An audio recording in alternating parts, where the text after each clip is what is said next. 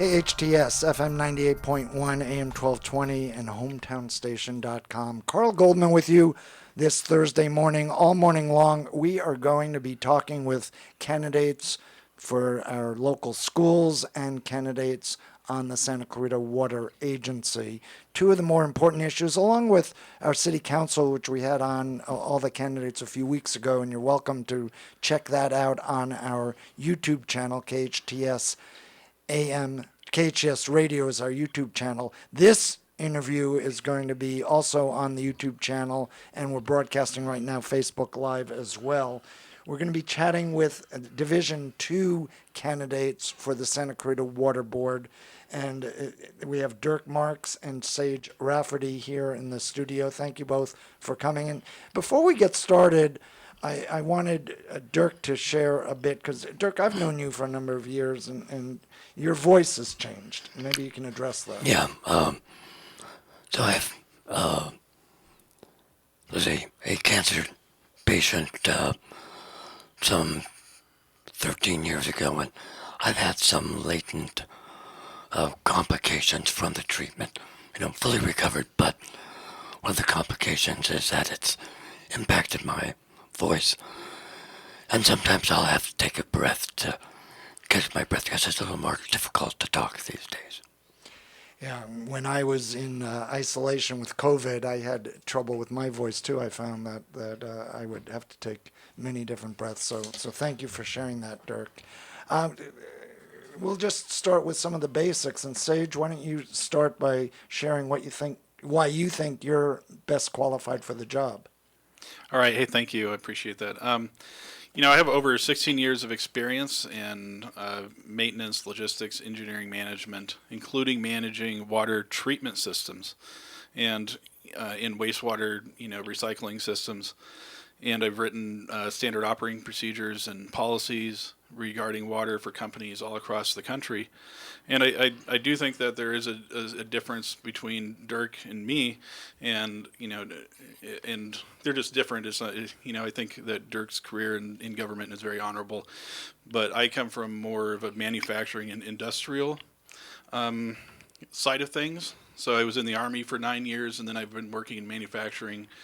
And Santa Clarita, people think it's there's a sleepy little hamlet, right? We think that we're just a bedroom community, but in reality, I don't think people are aware of the industry that's coming here and the manufacturing that's coming here. And I believe that my experience in manufacturing in Santa Clarita and also in San Fernando Valley, have been able to compare how they deal with water issues and the equipment that they use. And I think that, my experience will be a good fit for the water board, because there's nobody on the water board right now that I know of that has the same kind of manufacturing experience and the same kind of experience with industry in Santa Clarita like I have. How long have you lived up here, Sage? So I got out of the Army in 2015 and I moved to Santa Clarita. I got a job here at a manufacturing plant. So I've lived here, I think, almost about 7 years now. So I love Santa Clarita. My wife loves Santa Clarita. We don't want to move anywhere else. So, Dirk, how about you? What makes you so qualified for the job? Well, I think it's a combination of my education experience and a passion for this community. The quality of life that we have, as Sage mentioned, is truly special. And I certainly want to do my part to preserve that through making sure that we have good quality water. I am, by education and training, a water resources engineer. I'm the only candidate who has a engineering degree or license by the state as an engineer. I have a 40-year-long experience both in the private sector and the public sector, providing water to communities. In the private sector, I design pipelines and pump stations. I was physically delivering water. After 7 years there, I went to work at the Metropolitan Water District of Southern California, administering their 2 million acre-foot state water project facility or contract. And that's the same source of water that we get our imported supplies from. And in there, I made a lot of connections with colleagues statewide, and that really served me well when we came to the Santa Clarita Valley 14 years ago. I was hired as a water resource manager. And as a water resource manager, I was able to bring on several dry year water banking programs that are currently providing about 30% of the water supply that we're receiving during this very severe drought. Also, at there, when I started at Castaic Lake, I was in charge of the public outreach and legislative advocate activities.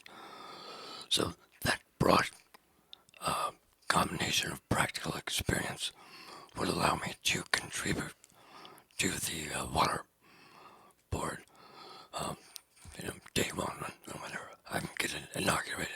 For those just tuning in to AM 1220 KHTS, KHTS 98.1 FM, and HometownStation.com, Carl Goldman with you.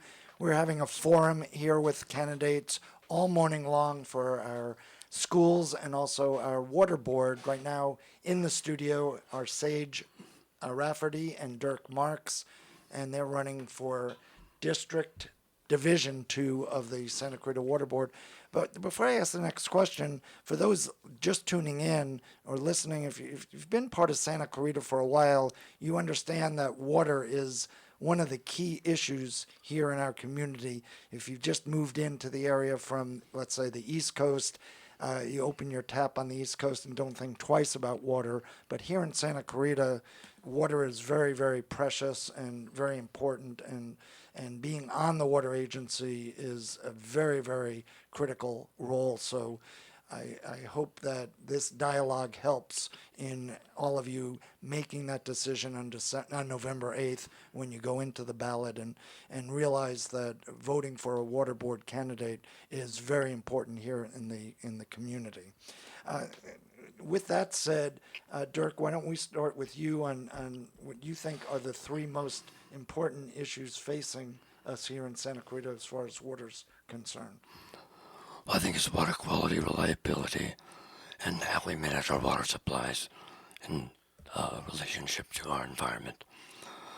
Water quality, there are people that are going around there saying that we're not serving good quality water, and that couldn't be further from the truth. Do you think that the state and county public departments of health would allow us to be serving water that wasn't consistently meeting federal and state standards? Where we are challenged on water quality has to do with groundwater contamination. We'd have to take a number of wells out of service because of contamination from PFAS materials and perchlorate. I've been part of a strike team that's addressing that contamination. We now have 4 different wells back online after the installation of treatment. And as a candidate and as a board member, I would certainly support continuing those efforts to recover all of our groundwater wells, and also to pursue the responsible parties so that our ratepayers are reimbursed from the costs we're having to incur. Sage? I'm sorry. Sorry. You have one more. Well, yeah. Reliability. We're having to deal with climate change and uncertainties related to regulations. I think we're going to have to develop adaptation strategies to address those. And my background in developing various water resource programs really positions me well to help direct those efforts. Sage. All right, so I think the first issue is definitely the drought. Everybody that's a homeowner, like if you're a homeowner like me, you know that you can't water your grass, as much as you used to be able to, and it's a real problem. I think the water agency has developed a pretty diverse portfolio. We have water banking in Kern County, we have the California Aqueduct, we have some local sources. We have, snowpack in the Sierras, but precipitation is not like it used to be, and so a lot of those are not coming at the levels that we expect them to be. And the reservoir has, the levels have dropped significantly.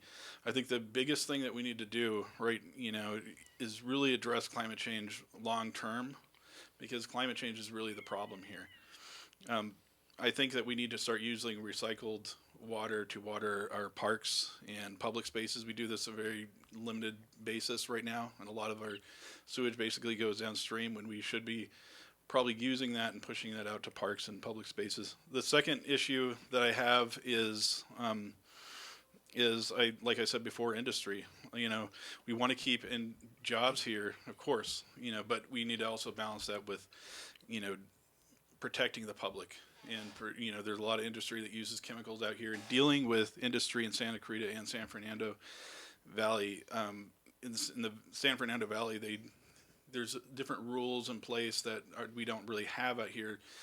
Different approaches from a manufacturer perspective that I think we need to start taking a look at some of our rules here and our policies, and start adjusting and start realizing we're not just a small town anymore. We're the third largest city in LA County and a manufacturing hub. And the third one is integrity. So we know that a water board member resigned in disgrace because he was convicted of assaulting his spouse. And some of the behavior that I've seen, and look, it doesn't matter if you're Republican or Democrat or anything like that. Like, when you come to a workplace, you deserve to be respected. But listening, and I encourage people to go back and listen to some of the meetings, especially the earlier meetings. And some of the meetings are almost like the set of Mad Men or something like that. Everybody deserves to be treated with respect, especially women in the workplace. And I want to make sure, I'm a veteran. I've served in Afghanistan. And I try to live the Army values every day. And that's what I want to bring to the water board, and start restoring some of that integrity that people have, and getting to the real issues, which is water, instead of these personal differences that people have. When I first moved to Santa Clarita with Jerry in 1990, when we bought KHTS radio, there were 130,000 people here, maybe one traffic light, and we now are, as you said, Sage, the third largest city in Los Angeles. There's LA County, there's LA City, Long Beach, and then Santa Clarita. And that doesn't even count the population that's part of the whole valley, which is about another 90,000 people. So we're probably up to about 320,000 is what we estimate for the entire valley. We're in the middle of a drought. What are both of your thoughts about growth here, and in terms of growth versus water, and how do we balance that? Sage? Well, I think there's a lot of people that think that the water board has a lot of power over new development projects, but it is a public utility, and so that's a really good question, I think, for the LA County Board of Supervisors, and the City Council, because those are the entities in Santa Clarita that really decide on development. Our responsibility is to provide water for new developments, and make sure that our residents have water, and that's really the jurisdiction of the water agency. Dirk? Yeah, I think that there are many myths that are out there, that we're being asked to conserve water so new development can occur. That's not the case. We do have an adequate water supply. The fact is, we're being asked to conserve it because the governor has declared everybody has to go to stage 2 on their drought plan. And that's why we're being asked to conserve in this valley. We make sure that we have enough water for today's customers and tomorrow's customers by doing thorough planning and making sure that we're bringing on water supplies at the right time when they're cost effective. I have a lot of experience in this, and I've been directing our urban water management plans, which are state mandated reports, beginning that for the For the 14 years that I was at the agency, produced 3 urban water management plans that really lay out how we go about doing that. So, with that careful planning and prudent investments, we can indeed meet the demands for today's customers and tomorrow's customers.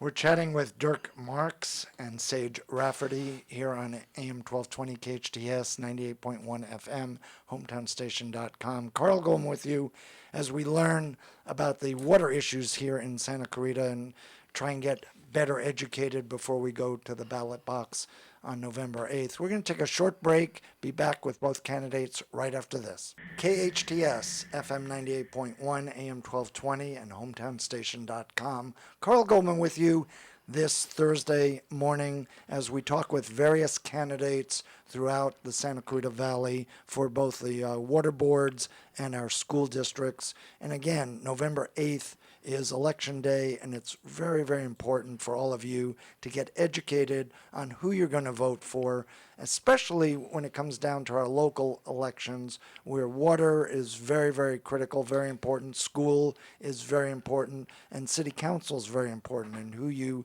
decide upon will have probably a bigger impact than any other candidate you vote for in any of the state or the national elections. Not to say that those aren't important, but the local side is very important. We purposely didn't want to do a debate here, but we formatted this to allow each candidate to ask the other one question. And so I'll begin with you, Dirk, and you can go ahead and ask Sage a question. Sure. Sage, our largest single imported supply is the State Water Project. And for water to be conveyed through the State Water Project, it has to flow through the Sacramento-San Joaquin Delta. And the levees that are in that delta are vulnerable to earthquake. One of the strategies that's being considered is construction of a tunnel to convey water from the Sacramento River to the State Water Project pumps. Is that a project that you could support? All right. Yeah. Thank you, Dirk. Anytime you take water from one area to the next, you're going to impact the environment, and I think we have to really consider the environmental impact of doing that. I know you've been very passionate about that, but I would want to know more about the environmental impact of taking water from one area and funneling it to another, because it has significant impacts on the environment and water quality. So yeah, I would have to really look at the environmental impact of that, and right now I don't think I would support that. All right, Sage, you want to ask Dirk a question, please? Yeah. So, Dirk, I know my campaign has not taken a single dime of special interest money. I know you have. Have you made any promises to those special interest groups in exchange for donations? No, I haven't. I'm very proud that I have a really diverse set of folks that have supported me, other water board members, labor organization, commerce organizations. None of them have asked me for any, to take any position on any issue. And I come to, this job thinking that the issues are basically technical and what's the best way to represent our community to ensure that we have a cost-effective, reliable water supply. Before the commercial break, we talked about the growth here in Santa Clarita. I moved here in 1990 with Jerry, and there were 130,000 residents. We're now up over 320,000 in our valley, the third largest city in Los Angeles. And you both have talked about plans that the agency has done and ways that they've handled the growth and continue to handle the growth in the future. But What are some of the steps that we should take for that growth, for the future, for our water? Why don't we start with you, Sage? Well, I think I mentioned this before, but you know, manufacturing here is booming. It's booming, and we're expanding. I mean, that brings in new homes, and I don't think there's any way that we're going to stop growth in Santa Clarita. But you know, industry, we need to be able to be more responsive to industry in the area to not only protect jobs in the area because we want industry to thrive here, but we also want to protect residents. You know, we don't want more ground contamination with PFAS, which we're already dealing with. You know, we want to make sure that they're dealing with chemicals and metals and the different things that they deal with, and caustic, straight caustic sometimes they use. They're actually dealing with that in an environmentally friendly way, in a way that's going to protect people here and protect our groundwater resources. Dirk? Well, I think there's a comprehensive set of programs that need to be addressed. First off, we need to restore access to our alluvial groundwater wells through construction of treatment facilities. Second, for dry air water supplies, we should be looking at the deeper Saugus Formation aquifer to help those dry air supplies. Additionally, we should be constructing more recycled water systems. We need to actively put forth new conservation programs to make sure that we're effectively using water supplies. And then we need to supplement our imported supplies either through participation in groundwater banks or sites of reservoir possibly. And also we need to shore up our state water project supplies. We need to make sure that we're not cut off from that supply. If the Delta fails, that's 6 months to a year without any imported water. The Delta facility that's being constructed would not really increase by any significant amount the water that we're already getting through the Delta.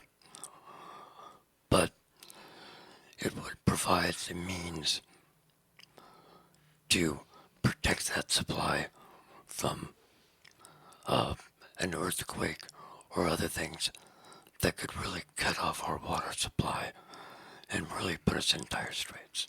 We only have about a minute left. I'll be very quick and ask one last question. We've seen water used as a political weapon here in this city before in terms of growth. It was mentioned earlier that Governor Newsom moved everything to stage 2 and made it a political weapon. If you can address that in 30 seconds, do you feel, Sage, I'll let you start, do you think water should be part of a political process here, or a political weapon? Well, I mean, water should never be a political weapon. You know, I think that look, water is life. Everybody needs water, and everybody deserves to have water. And the city, we're going through a drought right now, and this is really a time, even on the gubernatorial level, to really come together. Dirk? I agree. Water should not be politicized.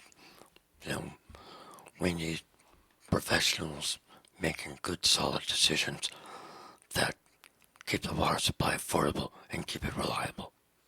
Thank you so much for both of you coming in and joining us here in this forum. Carl Goldman with you here on KHTS FM 98.1, AM 1220, and hometownstation.com. We've been chatting with Sage Rafferty and Dirk Marks. Please make sure you go out and vote on November 8th. Your vote definitely counts. And as we've been saying all morning long, the local political process and local candidates are very, very important for impacting all of us. So with that, we're going to be back with another candidate or a couple candidates right after this short break with Fox News on your hometown station.